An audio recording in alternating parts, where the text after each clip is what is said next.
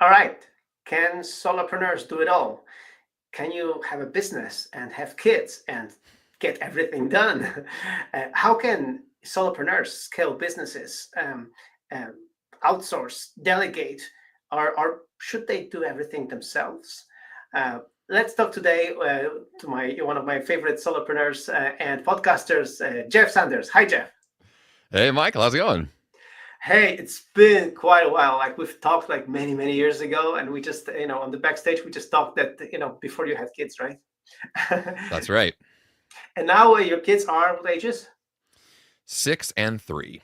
Exactly. Yeah, because we done like 7, 8 years ago. Exactly. So I remember watching on Instagram like your kids show up. So it was so great. So anyway, congratulations, and also to your lovely wife Tessa. I'm so happy that you got to be a dad and you get to be a dad. That's right. So how has it been with but you still kept podcasting the 5 a.m. So Jeff is the host of 5 a.m. Miracle. How is the podcast 5 a.m. Miracle, and how is waking up at 5 a.m. happening? So the podcast is alive and well. I've done that every week for 11 years, and so that Wow. has not stopped. Which I've had. That's been the real drum beat for me is to keep doing the show no Yeah. matter what. That I've really enjoyed that part of it.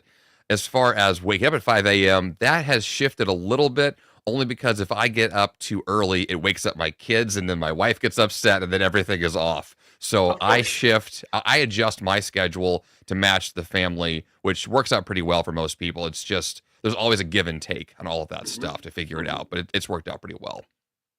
Yeah, exactly. Because this is like really important that like some routines that have helped you, that have that have been good for you. Later they have to be adjusted because you have to accommodate the family and everybody else, and especially that you still work from your home, right? Like you still have your Yeah. home studio, right? Yes. This is my home studio here where I work every day, and so whatever my kids are up to in my house affects what I do for my job and my life. So it's all connected in a very strong way. Exactly, exactly. And apart from that, I mean, from the podcast, you've published 2 books, 5 a.m. Miracle, and the other one was the Free Time Formula, as far as I Yes. remember. Yes, I got both. So apart from that, like, what have you been up to apart from the podcast and speaking, right? Yeah, public speaking has been my bigger shift in the last probably year to year and a half. And so that's been kind of the main driver for me now is moving in that direction. I've really enjoyed podcasting was the primary thing, mostly during the pandemic. That was working virtually that helped a lot. But I've been trying the last couple of years to get out of the house more, go Yeah. see people again face to face, and that part of it has been really fantastic. I really enjoy being in front of crowds and interacting with people, and so the chance to share whatever I discuss face to face, you get a response that I don't get from a podcast. Talking to my wall doesn't do me any good most of the time. Yes, that's So, true.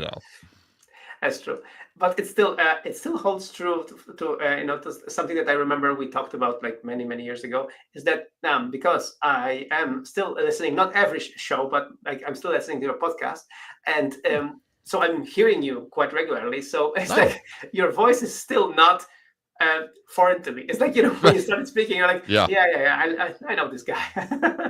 Yeah, and then same. I've followed you online for years as well, so it's not as if we don't know each other. I think we still do. Exactly, exactly. So and as a one person, because so you're basically just still a solopreneur, a one person shop, right? Yeah, I am. Yeah. And do you have like a setup of some like assistants or some things like some people who are subcontracted or help you out, or you're just basically doing everything alone? So yes and no. I have used people in the past with that, but mostly what I do now is I use agencies to do certain sales aspects of things I work with, whether it's podcast ads, speaking gigs. So I Hmm. will leverage other teams kind of on an as needed basis mostly. So I do my best to make sure that I'm doing the primary work, but if I can get assistance from someone else, I will kind of pick and choose when that happens. But there's no full time staff in that sense. Perfect. Okay, so Jeff, as solopreneur as I remember him, and as successful as can be. So fantastic, Jeff. So tell me, then, what are the parts of the business that you think you should be focusing on more, and then you're wasting time on? Like, is there anything that like how is productivity in that sense? what are you like susceptible to procrastinating or maybe wasting time on? Like, what are these things? I have a lot of them. So, I mean, as a guy who I value productivity, I value checking boxes and getting things done, and that's been my focus for years. But that also lends me to wanting to do everything that I see. And Yeah. so, as a solopreneur, I kind of embodied that too much to where if something needs to get done, I feel the need to do it myself and do it all the time. And so I'll end up spending hours and hours on website tinkering, HTML coding for no reason. Like I'll just mess with graphics. I'll make a new artwork. Like there's no reason for me to spend time on these kind of tiny details and then miss the bigger picture, like doing sales and getting clients and the big work that really moves the needle. And so my biggest challenge is not distracting myself with all of these kind of shiny objects that I want to Yes. spend time on. In part because I'm good at them or I enjoy them, but that doesn't mean they're effective or necessary or even like need to ever happen.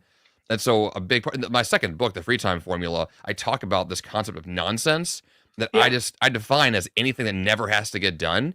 And I am that it's for me. It's a message for me to hear because I am so susceptible to that, and I don't want to spend my time on things. 10 years from now, looking back at today, I don't want to see like, well, I spent a lot of time doing nonsense all day. It's like, no, I need to build my business and help customers and move things forward. So it's what the big rocks. I need to really make sure that's my driver. Yeah, completely. I mean, I can so much relate. Like, my main computer for work is an iPad. I'm #iPad only, and many Yep. people know me for that. And one of my guilty pleasures is just keep tinkering with my iOS shortcuts. I just, Right. I can still improve the shortcut a little bit and move this later, Uh-huh. and like, of course, it's good to improve your shortcuts, which you do, like which you use every day, but tinker like for 4 hours straight, it's not really, it doesn't bring me new Nozbe customers.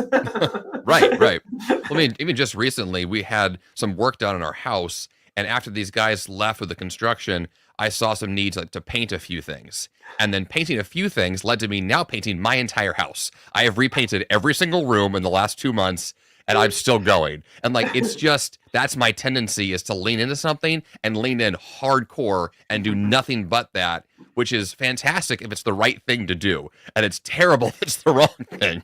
And so that's Exactly. my worst enemy is there. Yeah, exactly. So, speaking of, of business, especially solopreneur, like usually Mhm. solopreneurs think that they only earn money when they work. If they don't work, like no money comes in. Right. In your case, I think you have managed to kind of, leverage that, like to make sure that Mm. you're not only working when you're working, right? Right. I think a big part of that for me in the beginning, when I first went full time in my business, was to have digital products. Anything Mhm. you can create once and then sell forever is fantastic. And so having some digital courses in the beginning, I then later on launched a membership site with my Productivity Academy. And then later on, then I launched the premium model of my podcast subscription. So you can actually get my podcast ad free. And that's an ongoing membership.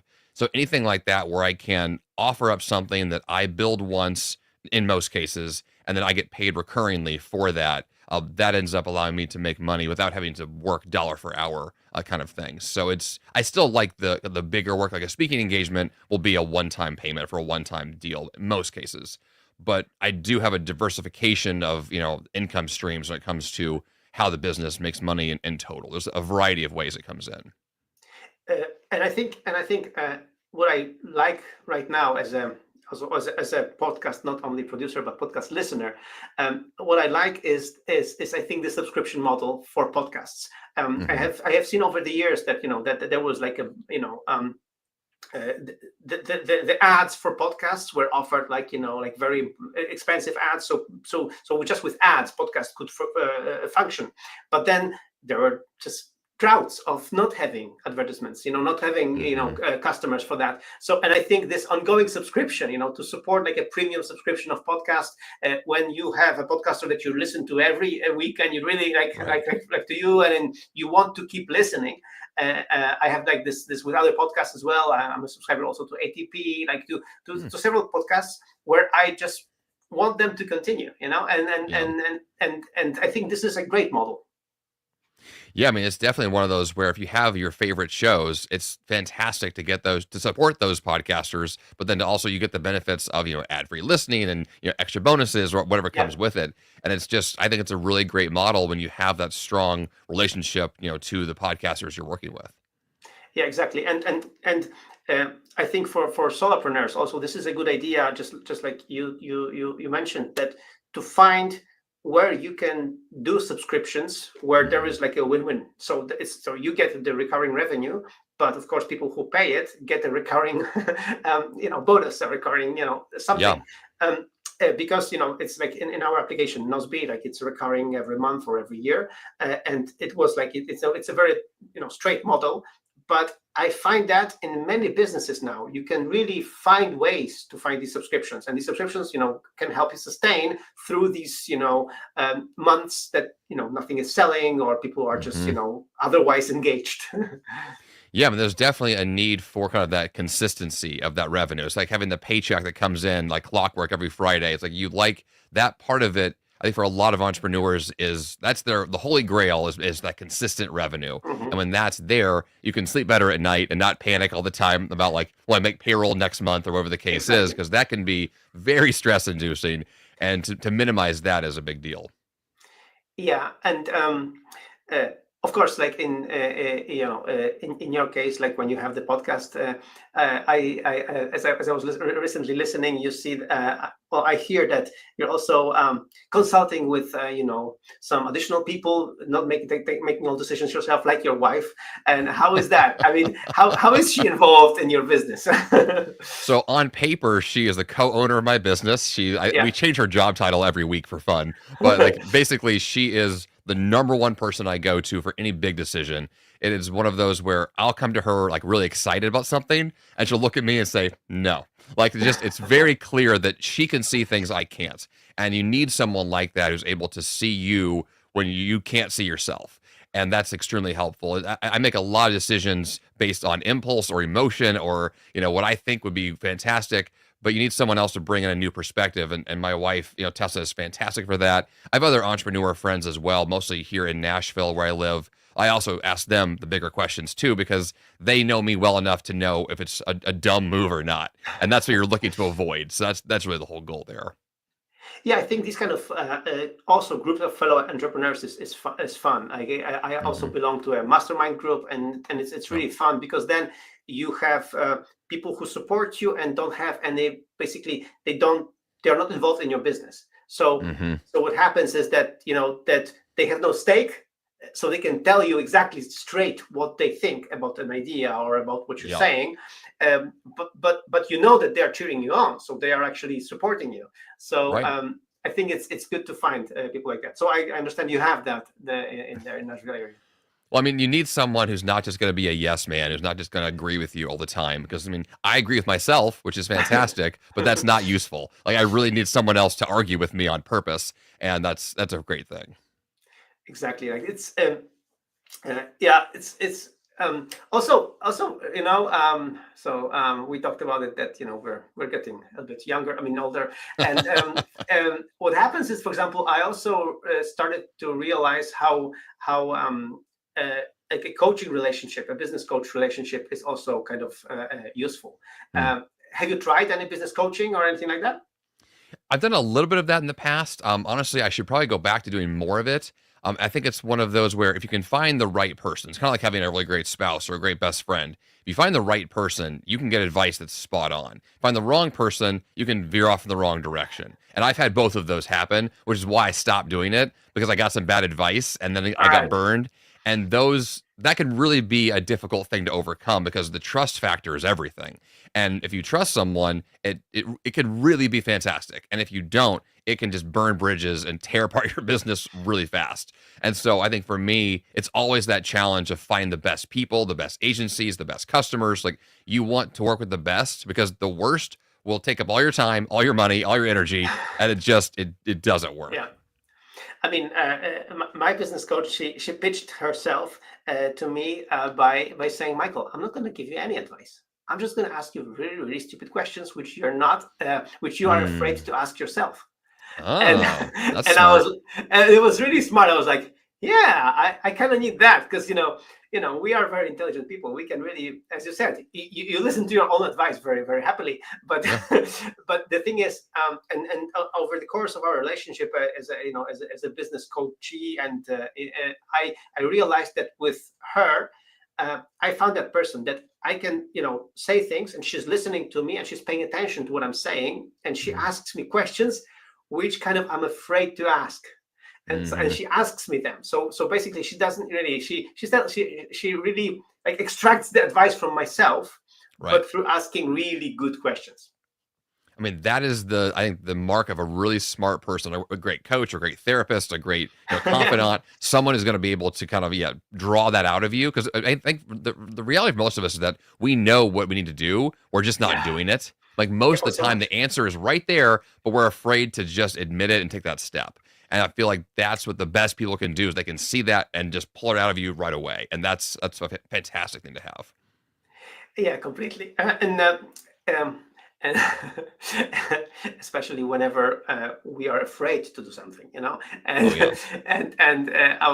I recently called her Yoda because she was like, I sense much fear in you. And fear is the path to the dark side. So I was like, True. okay, True. all right. So yeah, so that's that's also something that we can find as helpful.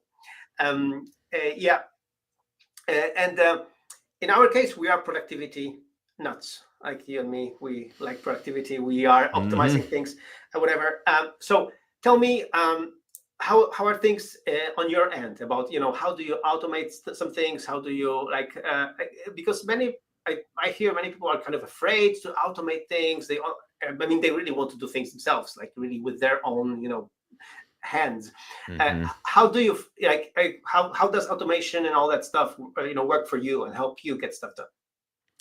I mean, a lot of my automations, like, at least technologically, my website's part of that. My podcast systems have a lot of that, where there were things I used to do kind of manually or by hand. And I found whether it's website plugins or hosting companies or services that would do the things for me or automate them in a way where I'm very hands off with it now. I made the point before about how I used to do like HTML coding the website. I rebuilt my entire website during COVID. And I did so on purpose because I wanted to stop messing with it. And so the system that I built is one where I can log in once a week and just check on it, like, okay, it's great, and move on. Whereas I used to spend hours a day tinkering. And so automation for me is really about removing those bottlenecks of those issues where it was a time suck, it was a money problem, it was just there was a lot of junk in the way. And the more I'm able to streamline those systems, I have a lot more free time to do the things that matter more. And so to me, automation technologically at least comes from like what are the big bottlenecks that I can really make as smooth as possible. So my podcast systems, I have checklists for everything. One massive shift I made is I have a checklist for every single thing, personally, professionally, they're everywhere because it makes everything so much easier. And then I use Nozbe to remind myself to do the checklist and then have those things there. And it's just the more of that kind of automation that's built in, the less I have to think or wonder what matters today. I'll just know the answer pops right up, and there I go. All right. So the checklist manifesto, like this is so Hmm. important, like because also I think the power people don't understand that the power of checklists is also the fact that they help you stay on the course. Yeah. Because if you're uh, again, because if you're on your own, like there's nobody else motivating you, you're just you are a one person business. um the checklist keeps you grounded. You have to just Yeah. follow the checklist to to get stuff done. Whereas you would be, yeah, how do I do that? Yeah, so I have to record. Okay, but you can really, Hmm. right? Hmm. um so which kind of checklists are the most powerful for you, like or the most important for you? I have morning routine checklists I follow every single day, evening routine checklists, Nice. podcast production checklists, weekly review checklists. I just recently painted my house. I've got one for how to drywall, repair, patch my house. I've got checklists for every single thing that pops up that I might want to do again. I make a checklist for and have a reminder of how to access it.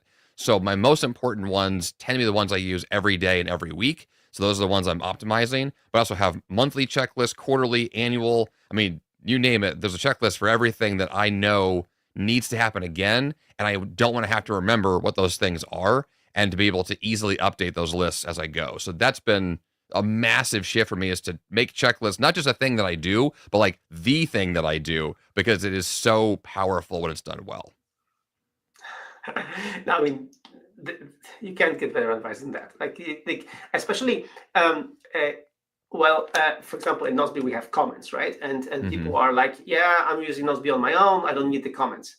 Yes, you do, because you're communicating with your other person, with the person who's gonna, like, you're writing right now a comment for yourself, like in a year, in a half a year, like, and I think this is this great advice. Like, once you do something once and you're gonna do it at some point, you're gonna repeat doing that.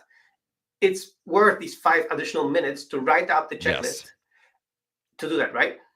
And that's really the whole point, is that, I mean, to your point about the comment to yourself, I'll read a checklist now that I wrote a year ago and go, oh, that's a really smart comment. Who thought of that? Oh, that was me a year ago. Like, I'm so grateful that I took the time then to remind me now, because I need it now and I will need it in the future. And so the time it takes, the 5-10 minutes to write down a few notes or links or whatever the case is, then you have it and it's there now.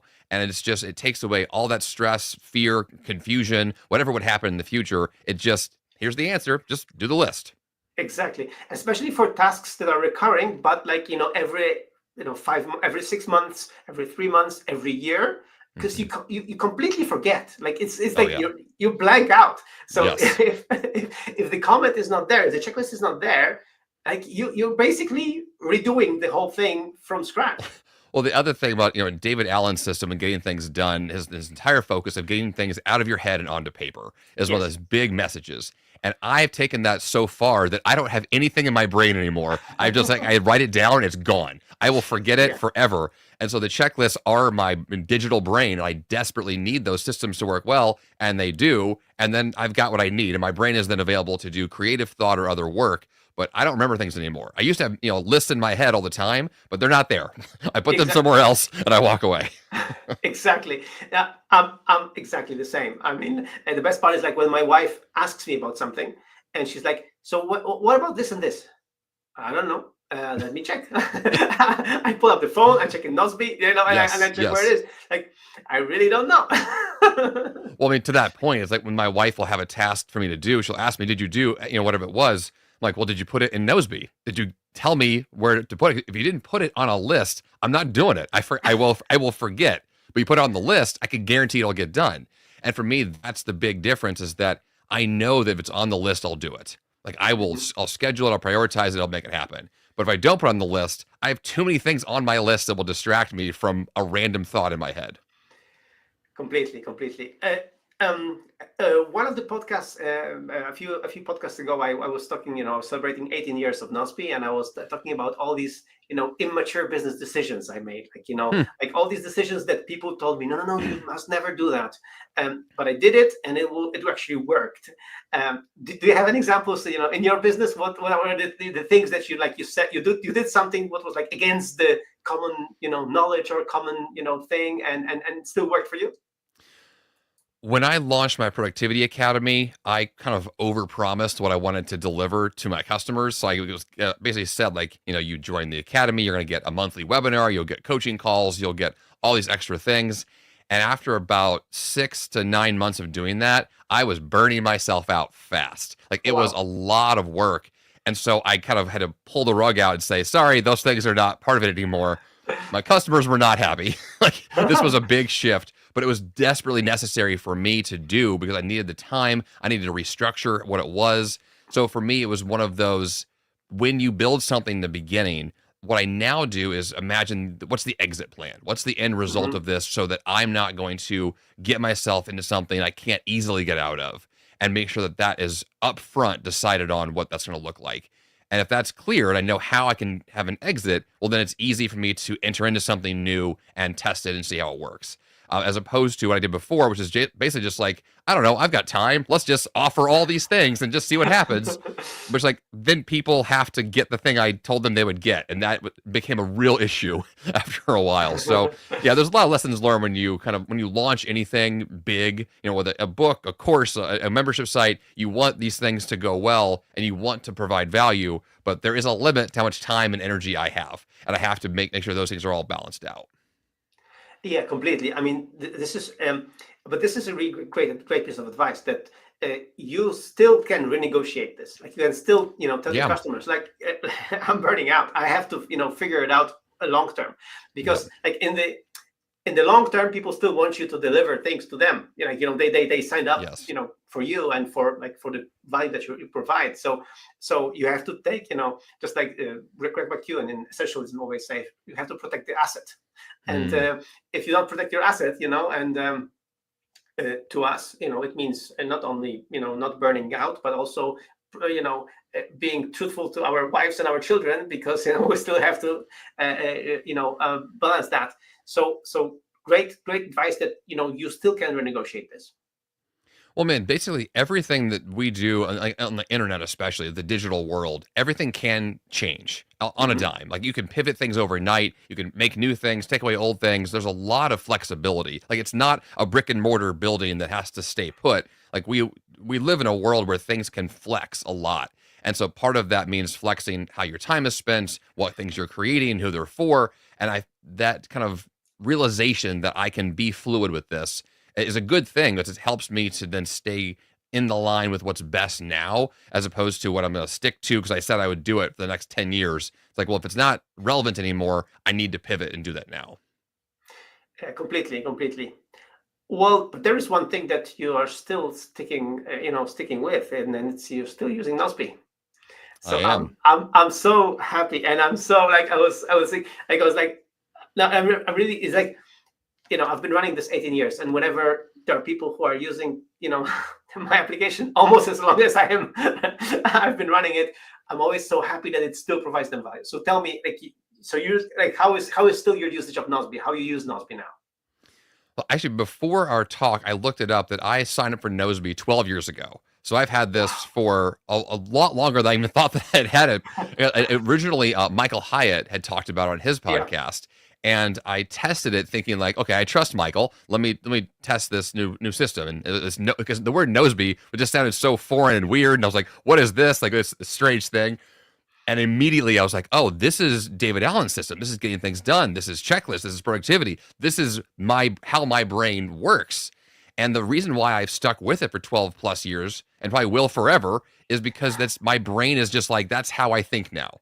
Like I have trained myself to just really stay there. So it works for me in the sense of it is a daily system. I work out of Nozbe all day, every day, all the time. Like all my checklists, reminders, everything ends up in the system in some way. The best thing about it for me is the recurring reminders, right? The things that pop up every single day, every week, or the bizarre schedule that I can customize. And the new Nozbe has the customizations for reminders. That is fantastic because I have weird random schedules sometimes, and reminders can just pop up when they need to pop up. So once again, my brain can shut down. I trust the system. It works. I let it go. And that to me has been a game changer literally for years now, but it's been even better recently. Oh, I'm so happy about that. That's really, really cool. And how was the switch for you from Nozbe Classic, from the old Nozbe to the new Nozbe? Was the learning curve like a long one, or how was it? Not a long one. I think I got the whole thing up and running in a couple of days to really kind of figure out the old and new system. It's much more beautiful. Like the colors and it's very modern. It's definitely the kind of system that I think Nozbe was growing into. Like it really feels like a natural fit. So yeah, it wasn't that long to really get used to some of the new different ways things are configured. But yeah, I've been using it now, I think, for a year on the new system, and it's been really well. Yeah, we have really some new cool features, planned out. Like this year, it's going to be big for us. In terms of there will be some redesign things, some modernization of some things, and some simplification, and some further customization, so you can adapt Nozbe to more to your needs. But what are so far your favorite? So your favorite feature is the recurring feature. Anything else that pops up? I like the new one. It seems more like more color options, emojis I've got everywhere. It feels much more like I can make it visually what I want it to be, which sounds like weird, but I think when I look at I've compared lots of other systems over the years, thinking like maybe I'll leave Nozbe for somebody else, and then I look at someone else and I'm like, nope, not going there. And like it's a very obvious that what I really like about it is the ability to make it my system in so many different ways. And so whenever I have more custom control, I stay with something forever because I get really picky for no reason sometimes. And when I have that opportunity to do that, it makes I'm really then like bought into that system. So Nozbe for me fits in that way really well. Perfect. One of the things, for example, I want to push more with Nozbe is also the collaboration, and especially collaboration like in your case where you have to have like one-off, work with somebody or as you mentioned, you have to one-off like with some agents, with some additional, with some people, some contractors or whatever. And we are right now, we just launched the way that you can actually delegate a task to someone, via email. And this is we'll be improving on this feature because it's been already very cool. And the best part is that for example, you and me, we both use Nozbe, but you have your own account, I have my account, but we can still work together just on one task. So which is what we did for this interview. Yeah, you had pitched me through there, which I thought was really cool because I'd never seen that before. And I tested that. It's built into my system. It's right in my account, even though it's not part of my account, which was fantastic. Exactly. So, and I catch myself now, and as we mentioned on this show, that once you start working this, some way, you get rewired, and you cannot work the other way anymore. So for me, instead of because I hate email, so when I don't have to write an email, I choose not to. So recently, what I discovered, like with you and with some other people who use Nozbe, I just create tasks for them. Like it's like it's just more natural for me. Like and this is how I reached out to you. I instead of writing you an email, I was like, I have Jeff's email. Jeff is using Nozbe. Let's just create tasks for Jeff. It was just Well, it was very simple and logical to use as well. Like as a new user for that type of system, I didn't know exactly at first how to do it. And I saw it's built right in. Here's the comment, add a new one, and bam, we're having a conversation. And it was very efficient. I really like that one. Yeah, the cool thing about this feature was that it was one task in our podcast preparation project. So even though the task was between us two, Magda could jump in and send you some comments because she has access to this task because she is in that project. So it's so it's really, really useful when this happens. Yeah, I mean, anytime you can kind of delegate a task to someone and it goes into their system natively, like that's the most efficient thing in the world. Because typically what I do, if I get a new idea, if I see an article online, if someone sends me something via email, I have to convert whatever it is into a Nozbe task. It has to somehow get into the system for me to then be able to process it and schedule it and use it. And so if something can already natively be there, that's just even faster for me to do my work. Exactly. And this feature that you mentioned, the emailing things to Nozbe, this has been also like it's a killer feature for many people, for many of our clients, because this is like the best way to just forward things to Nozbe, and you can forward to projects, to a section in a project, to a task if you want to, right? You can forward to any part of Nozbe, and we know people love it because when we had like a 5 or 10 minute slowdown of our email, gateway provider, and we got flooded by emails. Hey, our tasks are not showing up in Nozbe. What's going on? So we know people love it. The good thing about email, so just I'm going to put it on record. The good thing about email is once you send an email to our Nozbe, it's queued on the internet. So even if the gateway doesn't work at some point or just stops working, it just waits in the queue. So the moment the thing, got unblocked, everything came in. So it's like, so it doesn't get lost. Like, it's like you don't have to send, the email 5 or 10 times. But I mean, for So that, years, I've used the kind of the hands-free using Siri. I'll tell Siri to email Nozbe a task. yeah. Like I'm driving in the car this morning, I used this actually, and I told Siri to email me, this reminder, and then I came home and it was in my account right there waiting for me. And like I use that literally every day. Like the ability to remind myself in a different way, not just type it into my phone or my computer, but to be able to have tasks come into the system is just it adds to that level of efficiency that otherwise I wouldn't have. Well, I don't know if you checked, but I made a very cool. Speaking of my guilty pleasures, I made a very cool iOS shortcut for to add tasks to Nozbe. I think I tested that before. I need to go back and do that again. But yes, I've seen that. Yeah, you should check it out because it also like attaches things, if you wanted to. Mm-hmm. And also, the cool thing about it is you can, for example, put several tasks at once, and it just adds them at once. So, Okay. yeah. Anyway, as I mentioned, You love shortcuts. Actually, working on this shortcut was good for business. Actually. Okay, there you go. But right. yeah, but maybe other shortcuts not so much. Yeah, cool. So. In the meantime, when we, before we, like when we met and then we spoke years ago, now you become father, you have 2 kids. Yeah, how is the impact of the kids on the business and on your business decisions? Tell me, like any. So there is such a monumental shift from not having kids to having kids. I think the biggest shift for me was that in the past, I viewed my time as I have 24 hours in the day. I can work whenever I want. I can work at the library, work at home. I can go travel. I've had this flexibility I didn't realize I had. With kids, you are locked into schedules. Like they go to bed at certain times, they go to school at certain times.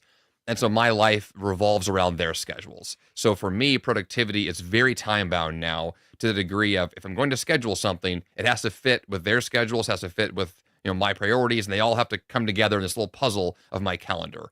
And so that level of intentionality is a very different shift for me, but it's one I've been doing now for the last 6 years, I guess, with my oldest daughter.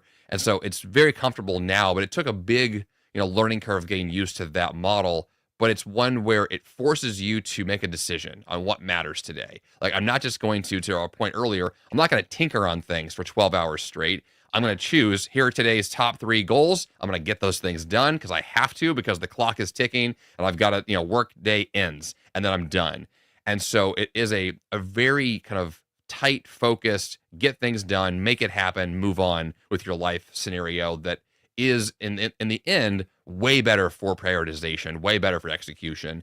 And it prevents me from wasting time on things that I otherwise would have definitely spent time on. So that's been a big deal.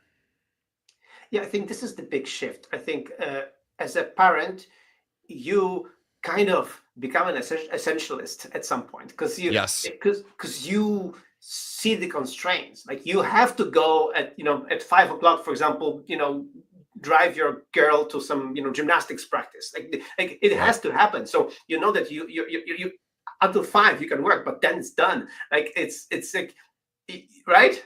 Yeah. I mean, my youngest daughter is the one that I actually take to daycare and back every day, and my wife takes our other daughter.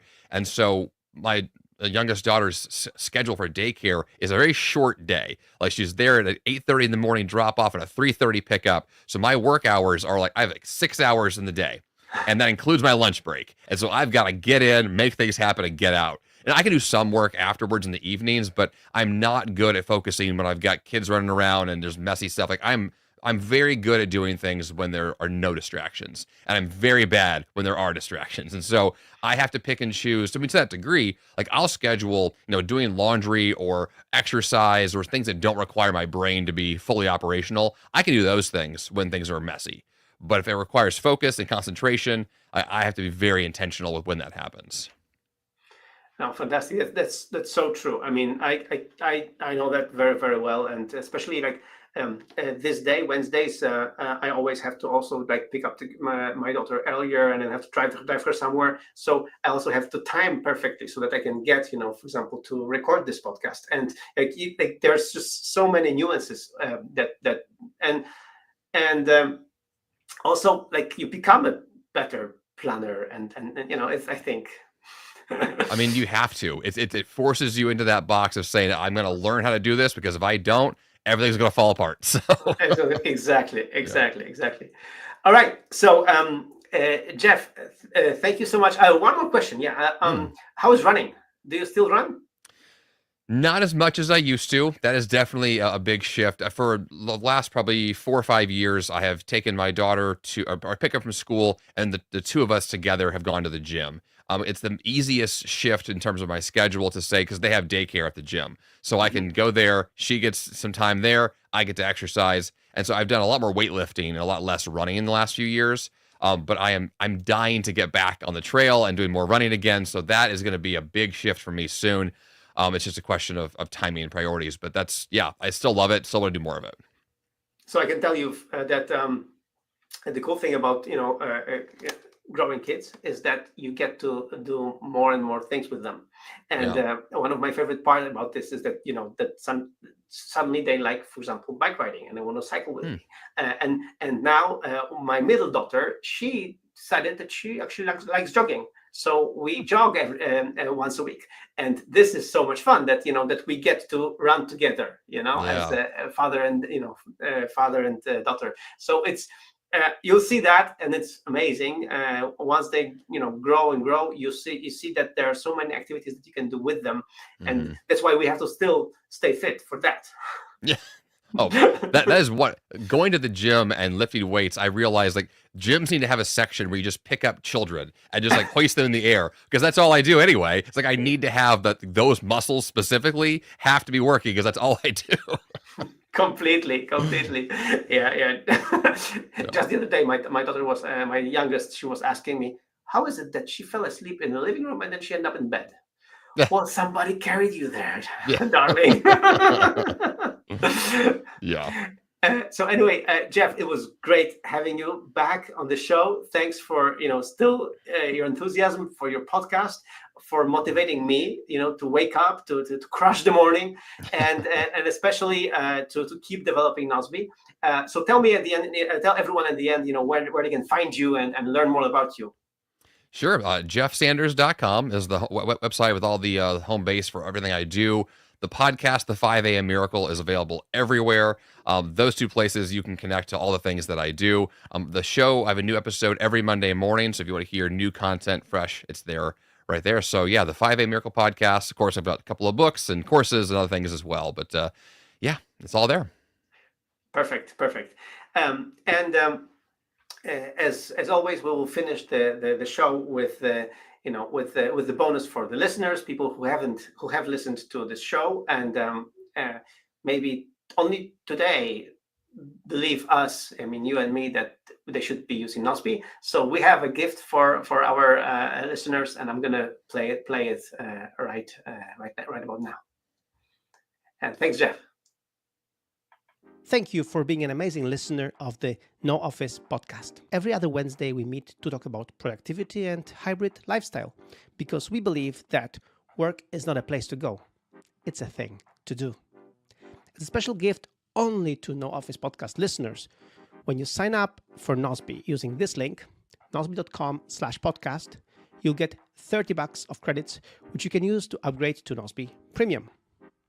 Nozbe helps thousands of smart business owners and their teams get their professional and private life organized in a single app in a simple way. And Nozbe is free for up to 3 active projects and 3 people on your team. So start today and claim your free bonus credits, which you will later need to upgrade to unlimited projects. Once again, thank you for being an amazing listener. Thanks for your support and for spreading the word about our No Office podcast and Nozbe. See you and hear you in the next episode, and in the meantime, claim your bonus credits here.